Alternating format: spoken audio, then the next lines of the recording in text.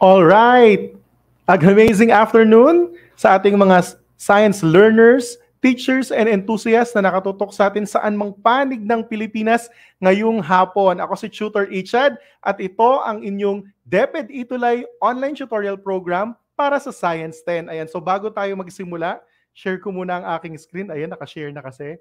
So, ayan, binabati ko muna ang ating kasamahan na si Tutor Rainier, no, na nasa kanilang SDO Caloocan ngayon. Ayan, so nabasa ko ang kanyang comment sa ating comment section.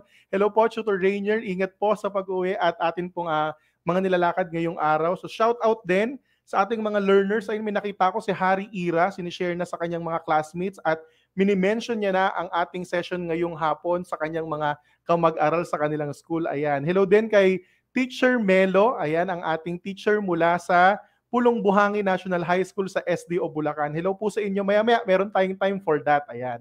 So muli, ako si Tutor Ichad mula sa SDO Malabon City. Kasama natin si Tutor Rainier mula SDO Caloocan City. Pero ngayon, si Tutor Ichad muna syempre ang makakasama ninyo. Ayan. Muli, ang Science 10 ay mapapanood alas 3 hanggang alas 3:40 ng hapon sa ating bagong-bagong tahanan. Facebook at YouTube channel ng DepEd Itulay. Pero patuloy pa rin naman tayong napapanood, no? Sa DepEd EdTech Unit YouTube channel. Ayan. So tutok pa rin sa ating mga programa at kaganapan dito sa Science 10. Ayan. So bago tayo mag-kick off ng ating aralin para sa week 2, bibigyan ko muna ng 1 minuto ang aking sarili para batiin kayong lahat. Ayan. So Anessa Reyes, hello, watching from Pulong Buhangin. Ayun, mga estudyante siguro to nila Ma'am Francis at saka nila Ma'am Melo. Hello po sa inyo. Maria Jane Chanel Katilig, mula sa Santa Lucia National High School. Hello, Tutor Marky. Ayan, at sa mga mag-aaral ng Santa Lucia National High School. Ganun din, kay Cyan Antoinette mula sa Santa Lucia National High School. Sabi ni Enrico Dalupan, Tutor Rainier, I miss you in week 2 and week 1 last week. Ayan, sabi niya ganon. So hello din, kanilang Princess Ira Lakap mula sa Santa Lucia National High School.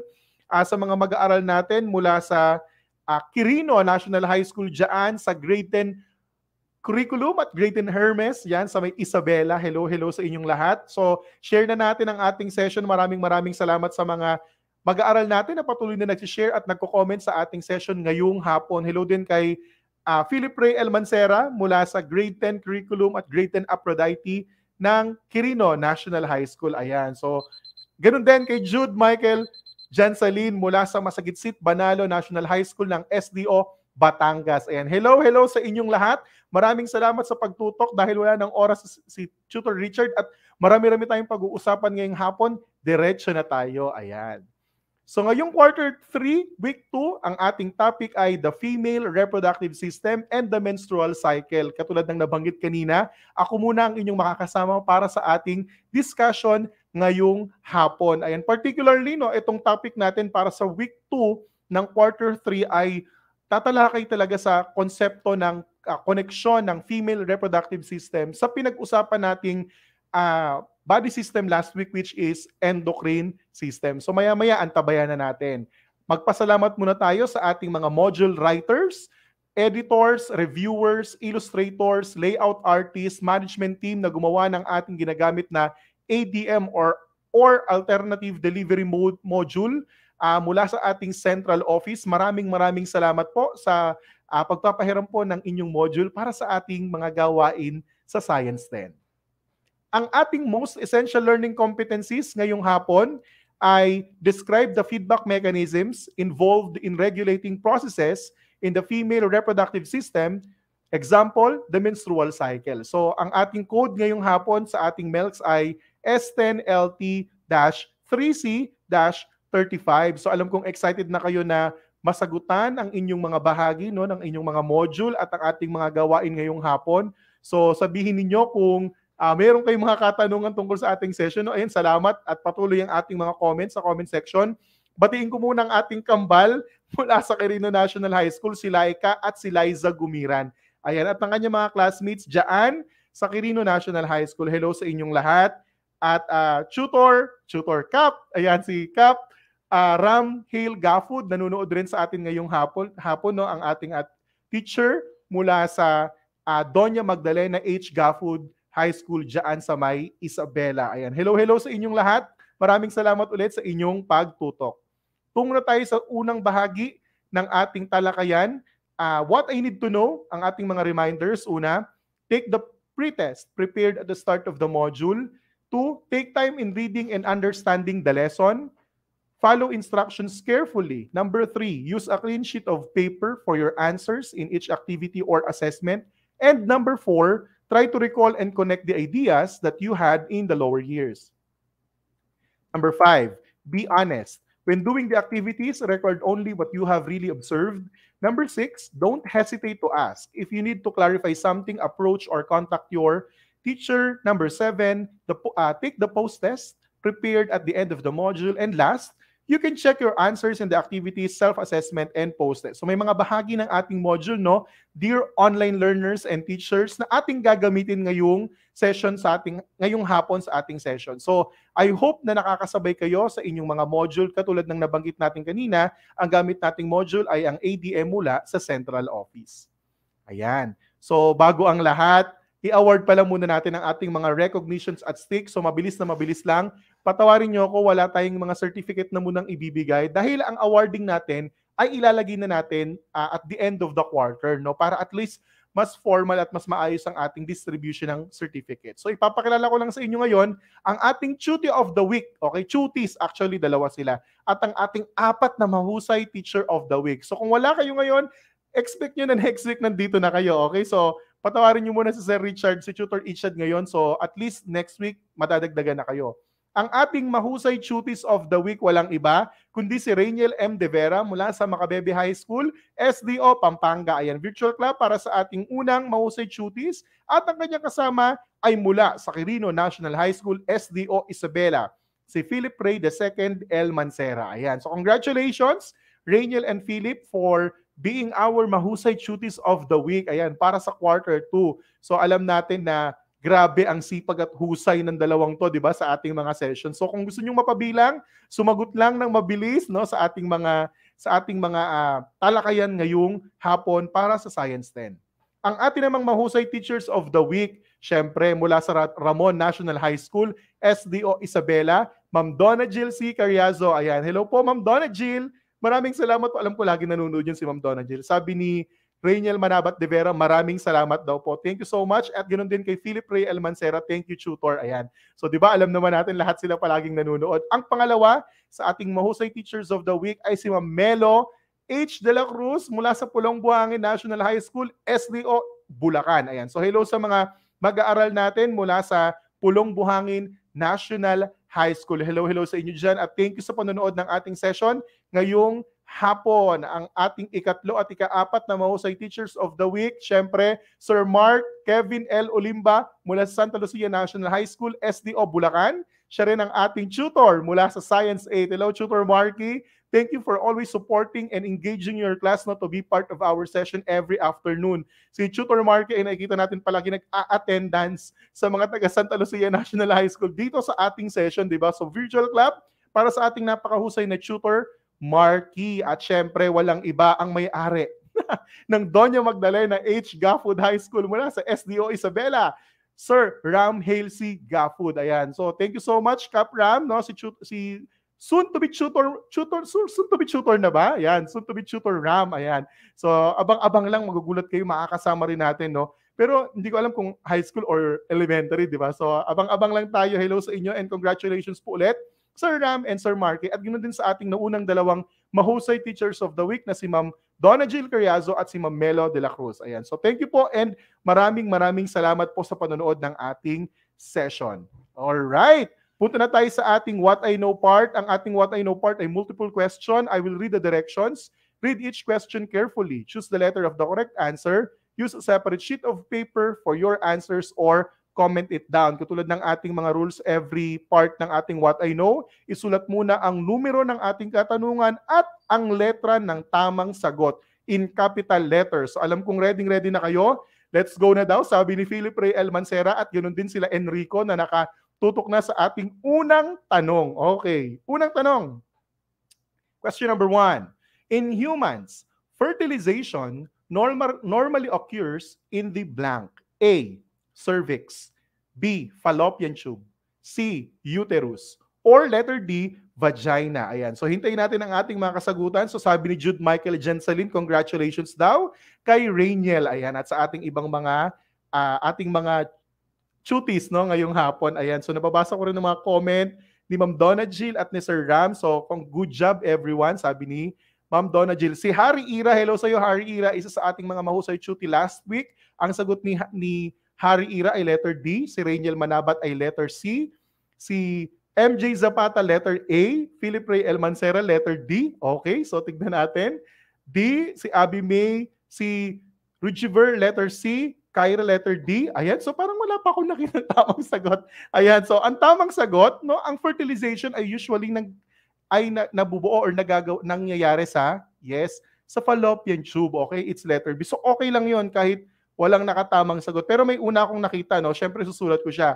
Siya si Maria Janelle Catalig. Ayan, alam ko si Maria Janelle Catalig ay isa sa ating mga mahusay cutie noong first quarter. Ayan, so congratulations. Ang tamang sagot sa number 1 ay fallopian tube. Okay, what I know pa lang naman to, kaya okay lang na wala pa tayong nakukuhang tamang sagot. Question number 2, para sa ating pre-assessment or what I know segment. What is the periodic shedding of tissues and blood from the inner lining of the uterus? Is it A, menstruation, B, menopause, C, ovulation, or letter D, pregnancy? Ayan, ilagay ang letra ng tamang sagot pagkatapos ng numero. So ilagay muna ang numero. Hello kay Kim Agonoy mula sa Grade 10 Achilles ng LFG Diamantina National High School, Cabatuan East District, Diamantina, Cabatuan, Isabela. Ayan. So Angelo, letter A. Rujiber, lagay natin yung number ha. Si Rujiber, nakita ko nakalagay kay Rujiber ay, wait lang, susulat ko muna. Kay Rujiber Lance Adriano ay letter A. Ayan. So si Rainiel Manabat Tibera, letter A. Philip Ray El Mancera, letter B. Jude Michael Jensalin, letter A. Abby May Panganiban, letter A. Harry Ira, letter A. Ang tamang sagot para sa question number 2 ng ating What I Know ay letter A. Ayan, so maya-maya, actually, diyan nakafocus ang ating topic no ngayong hapon about menstruation or sa kabuuan, menstrual cycle. So maya-maya, tignan natin. Ayan, so may nakikita pa ako na good afternoon. Maraming salamat sa inyong pagtutok sa atin. Last question para sa ating pre-assessment. Pre-test, no? Pre-test. Ayan. So what I know. Which of the following does it happen during ovulation? Is it letter A, a mature egg is released from the ovary? B, a slight increase in body temperature can be observed? Letter C, cervical mucus increases in volume and becomes thicker? Or letter D, menstrual periods are irregular and can be late for up to 10 days or more. Ayan, so tignan natin ang sagot ng ating mga learners. Pero shout out muna kay Tricia May Lorente mula sa Santa Lucia National High School, Grade 10, Section 6. Ayan, Angelica, question number 3 na tayo. Ayan, so 1 pa rin. Ayan, Rachel Ann Huntilia, letter D raw. Ayan, so sabi ni Rachel Ann Huntilia ay letter D. Sige nga, tignan nga natin. James Rainiel Manabat de Vera, letter D. James Steven Caones, letter D. Philip Ray El Mancera, letter D. Jude Jensalin, letter D. Ang tamang sagot ay correct.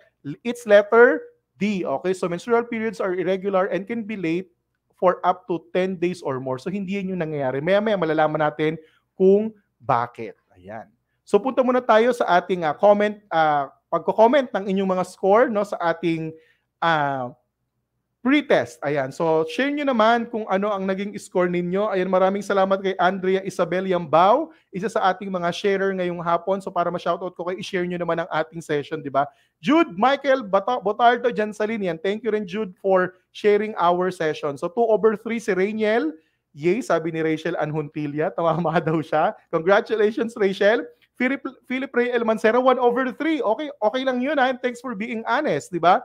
Yung pagiging candor ng ating mga students, no, yung pagiging honest nila sa lahat ng bagay ay nakakatuwa, di ba? So Princess Ira Lakap, 2/3. Thank you so much, Princess. At sa iba pa, sabi ni Ma'am Donna Jill, ang gagaling nyo raw lahat. Ayan. So congratulations and thank you for answering. Maya-maya, babalik tayo dyan. Let's have a quick recall of our discussion last week. Last week, no, tiniskas natin ang kabuuan ng pag-aaral ng the endocrine system. Una, sa mga pinag-aralan natin ay ang endocrine nga, which is composed of different glands, no? Ito yung mga tinatawag nating organ na bahagi ng endocrine system na nagsisecrete ng tinatawag nating hormones that regulate metabolism, growth and development, mood and reproduction. So yun yung pinakakabuuan na actually sa definition pa lang ng endocrine system, nakita na natin nandiyan dyan yung endocrine system, yung glands na mga major organs ng endocrine system, at kung ano ang role na sinisecrete ng glands, which is hormone, di ba?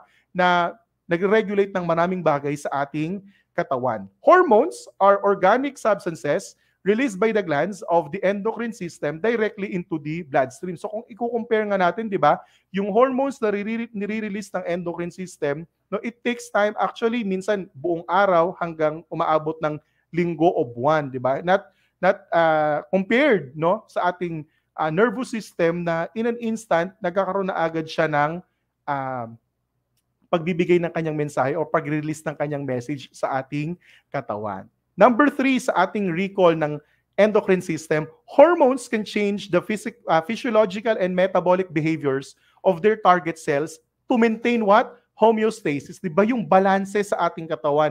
Yan ang pinakamagandang role na binibigay sa atin ng hormones. Diba? So, ang pagpapanatili ng balancing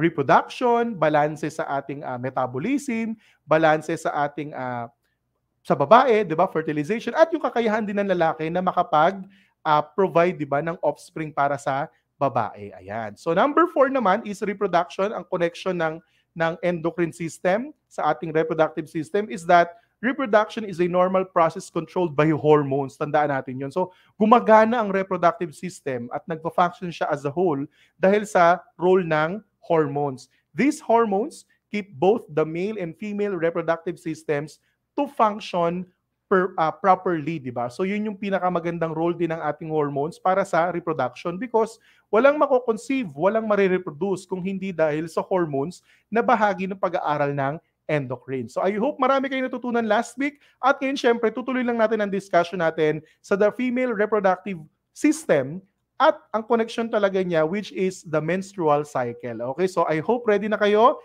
Ihanda ang inyong mga sarili sa ating aralin ngayon. No? Pero hindi naman ibig sabihin na menstrual cycle pang babae lang. So kailangan maunawaan din to ng lalaki. So si Richard at Tutor Ichad, bakit naman kailangan maunawaan din ng mga lalaki? No, syempre darating ang araw na magkakaroon tayo ng pamilya, magkakaroon tayo ng asawa, di ba? So kailangan kahit papano alam natin yung nararamdaman ng isang babae, di ba? So yun yung pagbibigay natin minsan ng bahagi ng pagmamahal sa kanila, na alam natin yung nararanasan nila. Bakit ba minsan kapag meron ng isang babae, ang moody niya, di ba? So medyo hindi naman awkward na si Sir Richard or si Tutor Ichad ang nagtuturo sa inyo ngayon ng menstrual cycle. Pero di ba, base sa ating mga pag-aaral na babasa at nakukuha sa mga teksto na ating pinag-aaralan, at least kahit papano ay meron tayong pwedeng ma-share. Ayan. So, share nyo rin ang inyong mga responses. Malay ninyo, meron kayong ma-share tungkol sa ating pag-aaral.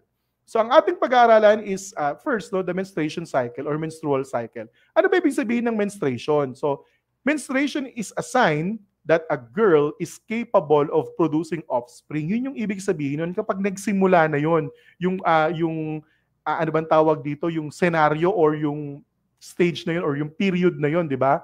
Na meron na siyang menstruation or nagkakaroon na siya ng mens sa Tagalog, di ba? Capable na siya of producing offspring para magkaroon ng anak. The menstrual cycle is a series of changes during which an egg matures and the uterus is prepared for possible pregnancy. So iisipin pa lang natin dito pa lang sa part na yan, katulad ng nakikita ninyong animated illustration sa right side ng ating presentation, di ba? Na dahil nagkakaroon ng proseso ng paghinog ng egg cells or ng itlog ng babae sa ovaries, di ba? Nagkakaroon syempre, may connection yan sa ating brain, sa kanilang brain, di ba, sa mga babae. So, kailangan maunawaan at maintindihan natin yan. At nagaganap yung part na yan dahil nagkakaroon na ng preparation ng katawan ng babae para sa posibleng pagkakaroon ng anak or pagbubuntis, di ba? So, yun yung kabuang ibig sabihin ng menstruation. Pero i-dissect pa natin kung ano yung meron pa dyan. Okay, so feedback mechanism menstrual feedback system or feedback mechanism. Menstrual cycle entails biological feedback system that regulates the activities of the structures involved in the process. O in essence, di ba, Sir Richard, ano ba ibig sabihin ng feedback system or feedback mechanism na yan? Yung feedback system na yan is that it only tells us, no, for example, sa nangyayari sa babae na menstrual cycle or menstruation, di ba? Ang kaganapan na yan ay nagaganap sa babae, kumbaga, kung pine-prepare ng katawan ng babae yung sarili niya para sa posibleng pagbubuntis or pagkikerry ng offspring, di ba? So kailangan meron ding proseso na ihihinog yung kanyang itlog at i-ready yung kanyang reproductive system, okay, para sa babae. So hindi po pwedeng magugulat ka na lang na biglang lumaki yung itlog at nag-travelin mula sa fallopian tube palabas ng kanyang uterus. So merong nagre-regulate dyan at number one na nagre-regulate dyan ay ang brain ng babae, okay? O ang kanilang utak, okay? So sa brain ng babae, sa part ng pag-aaral ng endocrine system, alam naman natin na maraming part ng endocrine gland ang nag-i-stimulate at nagsisekret ng hormones dyan, specifically hypothalamus at yung anterior pituitary gland na bahagi ng brain ng babae ay nagre-release ng karampatang dami, okay, ng hormones, especially, di ba, yung binabanggit natin na estrogen, progesterone, follicle stimulating hormone, at luteinizing hormone. So yung apat na yon ay isa sa mga nagiging dahilan para magkaroon ng maayos na sistema ng pagbubuntis, pagkakaroon ng menstruation, okay, at sa buong cycle na yon. Bakit siya tinawag na cycle? So maya-maya, ma-identify natin bakit siya tinawag na cycle. So I hope medyo nagigets niyo yung part ng feedback mechanism. So may nire-require sa kanya which is mahinog yung kanyang itlog. So kailangan merong isupply ang kanyang anterior pituitary gland or yung mismong anterior pituitary at kabuuan ng hypothalamus at iba pang bahagi ng kanyang brain na magsusupply ng hormones para hinugin tong mga to at i-ready yung mismong female reproductive system. Okay? So I hope nagets niyo yung part na yun kasi eto minsan yung kalituhan sa mga mag-aaral ng grade 10, di ba? So ano ba yung feedback mechanism or feedback system na yan? So nire-ready niya, di ba? At nire-regulate niya ng mas maayos yung mga activities na nangyayaring involved doon sa proseso ng menstruation at menstrual cycle. So ito na nga. So mapapansin nyo dyan, may makikita kayo dyan illustration ng reproductive endocrine homeostasis. The menstrual cycle is influenced by endocrine system through the complex interaction of the hypothalamus, pituitary, and gonads. Pag sinabi natin, kasi medyo familiar na kay sa hypothalamus because last week, pinag-usapan natin that hypothalamus is one of the major gland or organ of our endocrine system. Same with pituitary. Si gonads, ngayon siya lumabas, di ba? Though si gonads, specifically, siya yung reproductive or sex organs na ating tinatawag na ovaries and testes. Sa babae, ovaries, sa lalaki, yung testes, okay? So nagpuproduce siya, mapapansin nyo yung brain, di ba? Sa illustration natin sa left side ng ating presentation, si hypothalamus ay naglalabas siya ng GnRH. Yun yung tinatawag natin na gonadotropin releasing hormone, okay? Na matatagpuan particularly sa anterior pituitary, yung GnRH na yan. So positive feedback yan.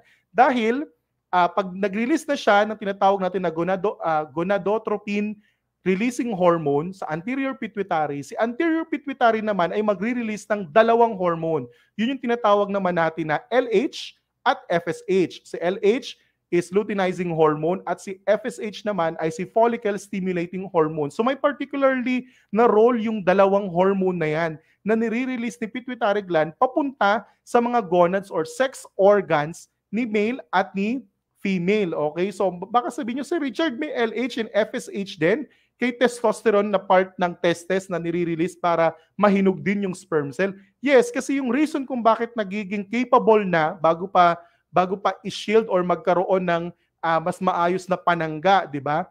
Si sperm cell bago siya during the ejaculation process, okay, sa sex. Syempre kailangan mabuo muna at mahinog muna yung sperm cell doon sa testes bago siya ma-release. Kaya nangangailangan din siya ng pag-secrete ng hormone katulad ng LH at FSH mula kay pituitary. So ganun din, particularly, pinag-aaralan kasi ang LH at follicle stimulating hormone pagdating sa babae. So ang una niya talagang role is hinugin yung pinaka egg cells sa ovary ng babae. Okay? At sa proseso na yon, nagkakaroon din ng pagre-release. Tandaan nyo, pag nag-release ng gonadotropic releasing hormone, si hypothalamus, papunta kay pituitary. Si pituitary, isi-signal niya naman yung pagre-release ng LH at FSH. Ganon din yung pagre-release naman ni ovary ng additional estrogen at progesterone. So, dun pa lang sa part na yun, parang ang dami na agad na re-release na hormone sa side ng babae during menstruation cycle or sa mismong proseso ng pagiging babae niya. Diba? So, ang daming nakaano dyan nakapaloob katulad ng mood swing, di ba? Yung pagkakaroon ng pimples, yung pagkakaroon ng minsan magulong kausap. Joke lang. Hindi, yung parang minsan parang minsan nagkakaroon sila ng hindi natin sila naiintindihan, di ba? Yung parang naghanap sila ng mga bagay na may kinalaman or maaring naapektuhan dahil sa nagaganap na menstruation sa kanila. Okay? So, yun yung kailangan nating maunawaan kasi dahil etong mga hormones na nare-release sa babae, isipin nyo, mula pa lang dun sa pinakasimula na gonadotropin releasing hormone hanggang sa paglabas ng estrogen at progesterone, talagang malaking bagay yung pagbabago or pagkakaroon ng emotional bukod sa physical na characteristic sa isang babae. Ayan. So punta naman tayo dito sa phases ng menstrual cycle. Kung mapapansin niyo, meron siyang dalawa lang talaga, yung follicular phase at yung luteal phase. Pero meron diyang part sa loob na naka-undergo mula sa day 1 hanggang day 7, yung tinatawag natin na menstruation, yun yung pink na nasa loob. And then yung ovulation na part naman ay yung nandoon mula sa day 12 hanggang day 16. And noting that on day 14, doon nagkakaroon ng ovulation. Okay? So, ovulation yung phase, pero yung ovulation day talaga is sinasabi na day 14, no? Pero let's make sure let's be clear on this na ang part ng menstrual cycle ay hindi pare-parehas. Okay? So, but that doesn't mean na merong abnormality. Okay? So, dahil iba-iba ang genes ng babae at may genetic factor din kasi to.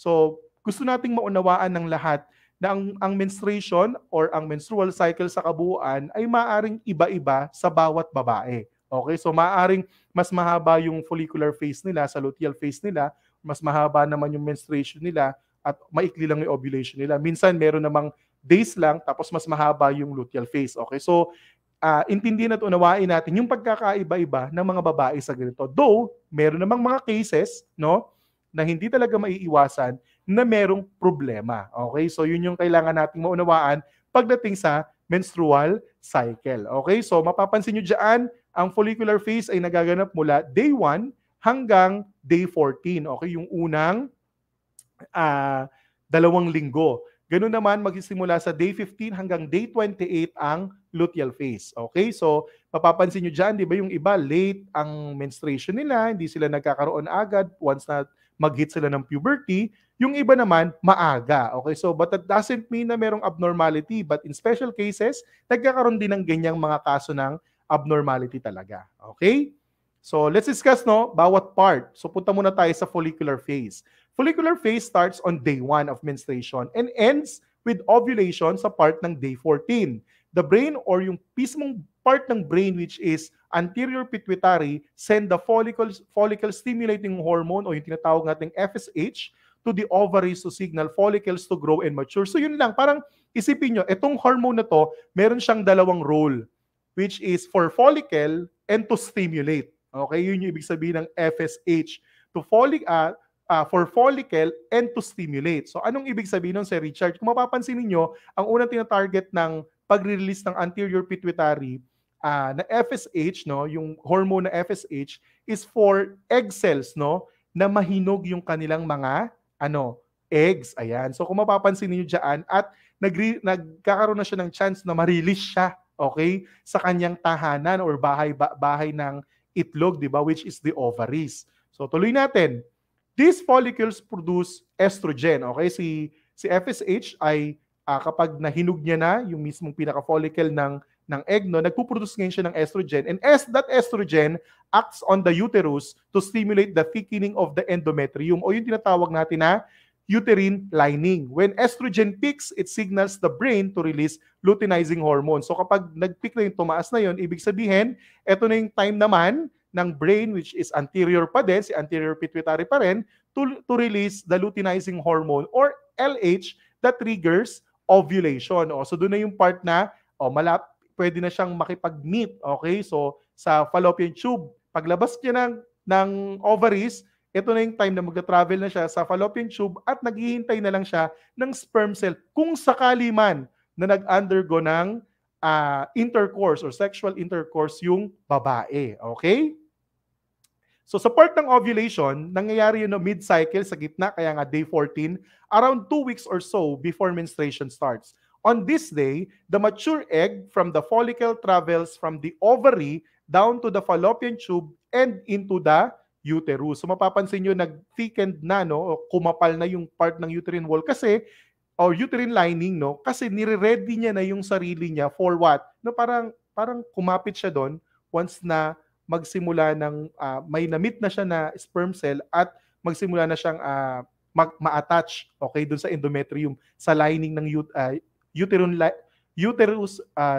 lining na tinatawag, uterine lining, okay? So, yun na yung tinatawag natin na kung sakali mang meron siyang na-meet na kanyang sperm cell. Ayan. So, tuloy-tuloy lang, no? May nakikita akong mga sa comment section natin. Tuloy-tuloy lang ang inyong comments. Hello lang sa inyo para makita ng inyong mga teachers. Ayan. So, if fertilization, no? Kung walang naganap na fertilization, if fertilization does not occur during this phase, the egg continues to the uterus and dies within 6 to 24 hours. So, dahil nabigo na siya, no? Dahil sa pag-travel niya mula sa part ng ovaries, papunta ng fallopian tube, papunta sa pinaka-uterus, di ba? No? So, wala siyang na-meet, mamamatay siya within 6 to 24 hours. Sa luteal phase naman, the luteal phase includes the day after ovulation to the day before your next period. During the luteal phase, so LH and FSH level decreases. So, dahil nandudun na yung nahinog na egg or kung sakali mang may na-meet siya na sperm cell, yung mismong part naman ng ovaries na kung saan nagre-release ng eggs, no, or nagpapahinog sila ng mga eggs na nandoon, hihinto muna ni pituitary gland, no, ni anterior pituitary ang pagre-release ng follicle stimulating hormone. Ganun din yung signal na binibigay ni estrogen kay brain, no, pabalik kay brain para mag-release ng luteinizing hormone para mas lalong mahinog yung egg cell ay humihinto muna or nadidecrease muna. Kaya bumababa siya. Kasi kailangan niya munang i-ready yung part ng luteal phase, okay, para sa sakali mang magkaroon nga ng pagko-conceive or pagbubuntis. So dahil walang na-meet, no, and after 6 to 24 hours mamamatay siya, no, nagkakaroon ngayon na tinatawag natin na shedding ng dugo, okay, at saka ng part ng uterine lining. So once it releases its egg, the empty follicle develops into a new structure called corpus luteum, which produces progesterone. Ayan. So sa part na yan, if the egg isn't fertilized, so the corpus luteum degenerated and estrogen level also decreases. So ganun lang yung pinaka-basic na paliwanag dyan. And kung mapapansin niyo sa part ng menstruation cycle, sa hormonal changes during menstrual cycle, yung 4 na nare-release na hormone, particularly sa babae, progesterone, estrogen, follicle stimulating hormone, at yung luteinizing hormone, no, sobrang may part na nagpipik siya or tumataas siya ng pagsisekret or ng production, katulad sa day ng 15 and day 16, di ba? Tumataas ang estrogen, tumataas ang luteinizing hormone, tapos medyo may konting pag-peak sa follicle stimulating hormone, tapos tataas yung progesterone sa part ng luteal phase. So nagkakaroon talaga ng tinatawag natin na pagbabago, no, sa emotional well-being ng kababaihan sa part na to. But that's actually normal. Dahil syempre sa part ng pagtaas ng iba't ibang hormones sa babae during that cycle, no, ay yun yung isa sa mga outlet, okay, na pwede nating sabihin. Kaya nagkakaroon ng gano'n na pagbabago sa emotions, and hindi naman sa character sa kabuuan, 'di ba? Sa emotions, sa mood, 'di ba, ng ating mga kapatid na mga babae. Ayan. So yung menstruation cycle ay napakalaking bahagi talaga ng pag-aaral na dapat nating maunawaan kung bakit nagkakaroon ng ganito sa kanilang mga mood swings or iba pa, 'di ba? So hormonal changes really happen during menstrual cycle. Ayan. So, tandaan natin that menstruation or menstrual cycle can continue in a woman for about 40 years, stopping temporarily during pregnancy and resumes after giving birth. Pero alam naman natin na after ng part ng pag-stop na yan, no, ng 40 years na yan, di ba? Doon na nag-i-start yung pagbaba na ng pag-release at pagkakaroon ng tsansa na magkaroon ng mga hinog na itlog for fertilization. Okay? Yun yung tinatawag natin na stage ng menopause. Okay? Or menopausal stage. So, yung part na yun, no, alam ko, may mga part pa na pag-aaralan tayo regarding dyan, pero that actually discusses all parts of our topic for this week. Okay? So, I hope you've learned, no, something about sa ating mga kababaihan regarding sa menstruation at menstrual cycle sa kabuuan. Ayan. So, bukod roon, no, in summary, no, sa kabuuan, to generalize, the menstrual hormones and their functions, no, includes the anterior pituitary that releases FSH, no, and LH. So FSH, or follicle stimulating hormone, stimulates follicular growth in ovaries and stimulates estrogen secretion from developing follicles. So sa kabuuan, di ba, parang si FSH talaga ang may kinalaman kung bakit nagkakaroon ng paghinog at mabilis na pagkahinog ang ating mga egg cells sa babae.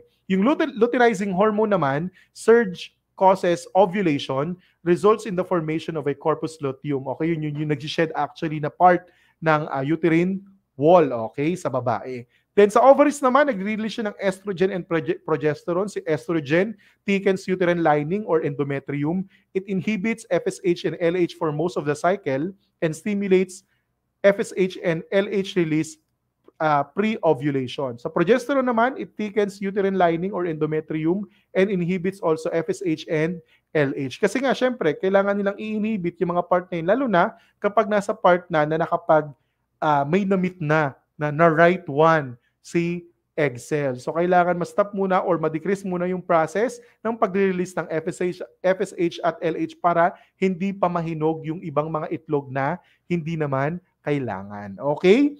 So, that's it for our lesson. Let's have our next segment, which is what I have learned. I hope okay na ang ating mga learners. Puro nakikita ko, good afternoon, pabate. Ayan, hello sa inyong lahat at maraming salamat sa pagtutok sa ating session ngayong hapon. Ayan, so dahil baka maubusan ng oras si Tutor Ichad, diretso na tayo sa what I have learned. I hope all of you are ready na. Choose the best answer from the choices in the parentheses. Write your answer on a separate sheet of paper. Okay, or sa ating session. Sabi ni Rainiel M. De Vera, okay na daw, ready na raw sila. Ganun din yung iba nating mga online learners. Ayan, so hello ulit. Kay Princess Ira Lakap, hello Ira, ayan, kay Prince Ira, isa sa ating mga mahusay tuti nung first quarter, ayan, watching from Santa Lucia National High School. Sabi ni Ma'am Melo, thank you po, Tutor Ichad, you made this topic easy to understand sa ating mga learners. Ayan, kudos to you, sir. Ayan. Thank you po, Ma'am Melo, ayan, at sa mga learners po natin na nanonood ngayong hapon. Ayan, so thank you, Tutor Ichad, you make this topic easy to understand. Thank you po, Ma'am. Ayan, salamat po. Punta na tayo sa ating what I have learned dahil ready na raw si Mary Ann Remolieno Kanyamo. Ayan, so let's go. Let's do this. So, pipili lang tayo ng word na tatama at sasapat doon sa ating pinaka-sentence. Unang bahagi ng unang phrase, okay? The follicular or luteal, anong tama sa dalawa? The follicular or luteal phase happens when the uterine lining or walls starts to thicken with new layer of tissue.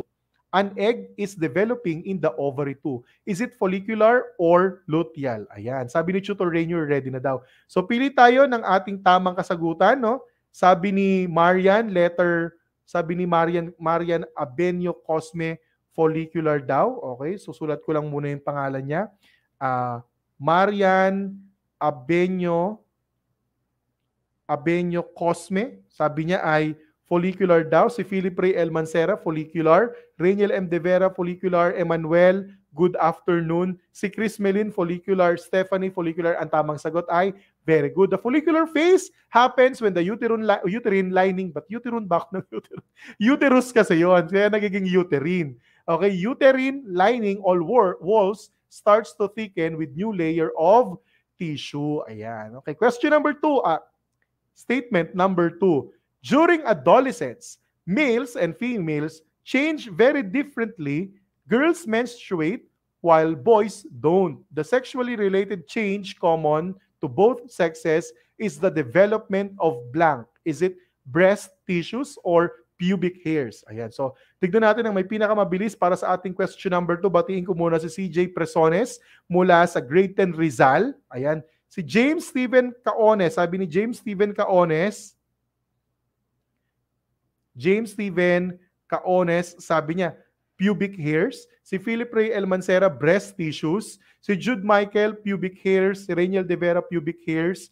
Ayan, hello sa iyo James ulit. Sabi niya, outs daw. So, napakabilis, no? Ni James, sabi ni Ma'am Donna Jill Carriazo, pubic hairs. Ayan, so ang tamang sagot ay pubic hairs. Okay, so isa yan sa mga po pwede nating makita. At least, etong part ng statement na to ay bahagi no ng inyong observation. Kasi kailangan, kahit pa paano, di ba, yung nabanggit natin na pagbabago emotionally, di ba, sa mood ng babae during menstruation and menstrual cycle, di ba, meron ding nagaganap physically na pagbabago as you transition from being sa part ng puberty up to the adolescent stage, di ba, na nagkakaroon din ng mga pagbabago physically. Alam natin yon. So, yung iba, i-discuss natin sa mga susunod na linggo. Ayan, so exciting. So, tignan natin nakakuha ng sabi ni Tutor Marky, husay mo daw, James. Ayan, so congratulations, James. Ayan, tama si James sa kanyang kasagutan. So, patuloy lang ng pagdating ng ating sagot, pero punta na tayo sa ating assessment part kasi baka wala na talaga tayong oras. Okay, so I will read each question carefully. Choose the letter of the correct answer. Use a separate sheet of paper for your answers or comment it down. Again, number muna ng ating tanong at ang letra ng tamang sagot in capital letter. Okay, question number 1. Menstruation is a sign that a girl is blank. A, already menopausal. B, already pregnant. C, capable of producing offspring. Or letter C, not capable of reproduction. Ayan, so tignan natin ang question number 1. Sino kaya ang may pinakamabilis na makakakuha ng ating tamang sagot? Sabi ni Rudy Burr, wow, ang bilis naman ni Rudy Burr. Letter C, si Rainiel Manabat de Vera, letter C.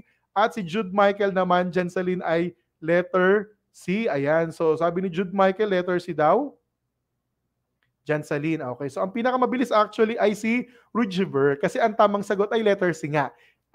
Menstruation is a sign that a girl or si female, di ba, is now capable of producing offspring. Ayan. Congratulations sa ating mga nakatama at nakita ko ang daming tamang sagot sa ating mga online learners. Question number 2. The menstrual cycle temporarily stops during blank. Okay? Again, temporarily stops during blank. A, adolescence. B, ovulation. C, pregnancy. Or letter D, puberty. Ayan. So saan ba humihinto? Is it adolescence, ovulation, pregnancy, or puberty? Panandali ang humihinto. Okay? So sabi ni Sir Marky, nice daw. Ayan, si Rudy Burr ulit ang pinakamabilis. Letter C, pregnancy. Jude Michael, letter C din ang sagot ni Jude Michael. Si Rainiel Manabat naman ay letter C, ang tamang sagot. Ayan, tuloy natin. Si Philip, letter B. Si Abby May, letter C. Harry Ira, letter C. Janice, letter C. Philip Ray Mancera, letter C. Nagpalit si Philip Ray from B to C. Ang tamang sagot ay correct. It's letter C. So congratulations ulit kay Rudy Burr no napakabilis ng kanyang kamay sa pagta-type ng tamang sagot. Ayan. Next, last question pala para sa ating assessment. Which hormone helps control the menstrual cycle and stimulates the growth of eggs in the ovaries? A, follicle stimulating hormone. B, progesterone. C, luteinizing hormone. Or letter D, testosterone. O yan, tignan nga natin. Number 3, sino ang pinakamabilis? Sabi ni Renato Mata, mali daw siya. Hindi, okay lang yun. At least, diba, na-try natin na sumagot at mag-participate. Wow, ang bilis ni Rainiel. Sabi ni Rainiel, letter A. Okay. Rainiel Manabat de Vera, letter A. Efren Salak, letter C. Okay. Si Jude Michael Jansalin, letter A. Philip Ray Elmancera, letter A. Harry Ira, letter A. Kyra, letter A. Stephanie, letter A. Abby May, letter A. Ang tamang sagot ay very good.